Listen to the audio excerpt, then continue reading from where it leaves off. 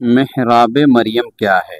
الصلاۃ والسلام علیک یا رسول اللہ، الصلاۃ والسلام علیک یا حبیب اللہ، وعلی آلک واصحابک یا شفیعنا یوم الجزاء۔ بسم اللہ الرحمن الرحیم۔ حضرت عیسیٰ علیہ السلام کی والدہ ماجدہ حضرت مریم کے والد کا نام عمران اور ماں کا نام حنا تھا۔ جب بی بی مریم اپنی ماں کی شکم میں تھی، اس وقت ان کی ماں نے یہ منت مان لی تھی کہ جو بچہ پیدا ہوگا میں اس کو بیت المقدس کی خدمت کے لیے آزاد کر دوں گی۔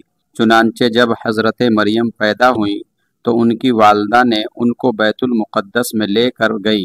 اس وقت بیت المقدس کے تمام عالموں اور عابدوں کے امام حضرت زکریا علیہ السلام تھے، جو حضرت مریم کے خالو تھے۔ حضرت زکریا علیہ السلام نے حضرت مریم کو اپنی کفالت اور پرورش میں لے لیا اور بیت المقدس کی بالائی منزل میں تمام مردوں سے الگ ایک محراب بنا کر حضرت مریم کو اس محراب میں ٹھہرایا۔ چنانچہ حضرت مریم اس محراب میں اکیلی خدا کی عبادت میں مصروف رہنے لگی، اور حضرت زکریا علیہ السلام صبح و شام محراب میں ان کی خبرگیری اور خورد و نوش کا انتظام کرنے کے لیے آتے جاتے رہے۔ چند ہی دنوں میں حضرت مریم کی محراب کے اندر یہ کرامت نمودار ہوئی کہ جب جب حضرت زکریا علیہ السلام محراب میں جاتے تو وہاں جاڑوں کے پھل گرمی میں اور گرمی کے پھل جاڑوں میں پاتے۔ حضرت زکریا علیہ السلام حیران ہو کر پوچھتے کہ اے مریم، یہ پھل کہاں سے تمہارے پاس آتے ہیں؟ تو حضرت مریم یہ جواب دیتی کہ یہ پھل اللہ کی طرف سے آتے ہیں، اور اللہ جس کو چاہتا ہے بلا حساب روزی عطا فرماتا ہے۔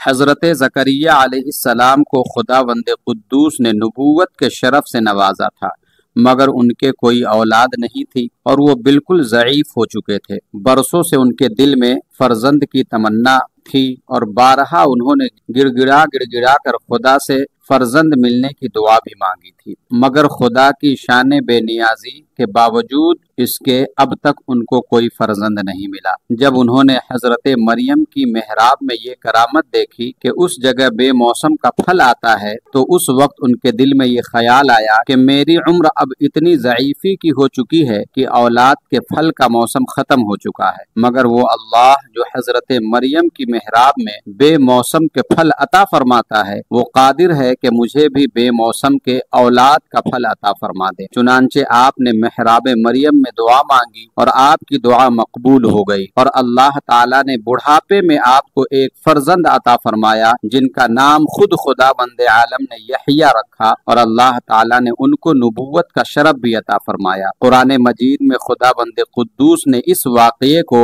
سورہ آل عمران رکوع نمبر 4 میں بیان فرمایا ہے۔ دوستان محترم، اس واقعے سے مندرجہ ذیل عبرتوں کی تجلی ہوتی ہے جن سے ہر مسلمان کو سبق حاصل کرنا بہت ضروری ہے۔ واقعہ مذکورہ سے معلوم ہوا کہ حضرت مریم صاحب کرامت اور مرتبہ ولایت پر فائز ہیں، کیونکہ خدا کی طرف سے ان کی محراب میں پھل آتے تھے، اور وہ بھی جاڑوں کے پھل گرمی میں اور گرمی کے پھل جاڑوں میں۔ یہ ان کی ایک بہت ہی عظیم الشان اور واضح کرامت ہے جو ان کی ولایت کی شاہد و عدل ہے۔ سبحان اللہ۔ اس واقعے سے یہ بھی ثابت ہوا کہ اللہ والے یا اللہ والیاں جس جگہ عبادت کریں وہ جگہ اس قدر مقدس ہو جاتی ہے کہ وہاں رحمت خداوندی کا نزول ہوتا ہے اور وہاں پر دعائیں مقبول ہوا کرتی ہیں، جیسا کہ حضرت زکریا علیہ السلام کی دعا محراب مریم میں مقبول ہوئی۔ حالانکہ وہ اس سے پہلے بیت المقدس میں بار بار یہ دعا مانگ چکے تھے، مگر ان کی دعا پوری نہیں ہوئی۔ جہاں اللہ کے مقبول بندے اور مقبول بندیاں چند دنوں بیٹھ کر عبادت کرے، جب ان جگہوں پر دعائیں مقبول ہوتی ہیں تو ان مقبولانے بارگاہ الہی کی قبروں کے پاس جہاں ان بزرگوں کا پورا جسم برسہ برس تک رہتا ہے، وہاں بھی ضرور دعائیں مقبول ہوں گی۔ چنانچہ حضرت امام شافعی رحمت اللہ تعالی علیہ کا بیان ہے کہ جب کسی مسئلے کا حل میرے لیے مشکل ہو جاتا تھا تو میں بغداد جا کر حضرت امام اعظم ابو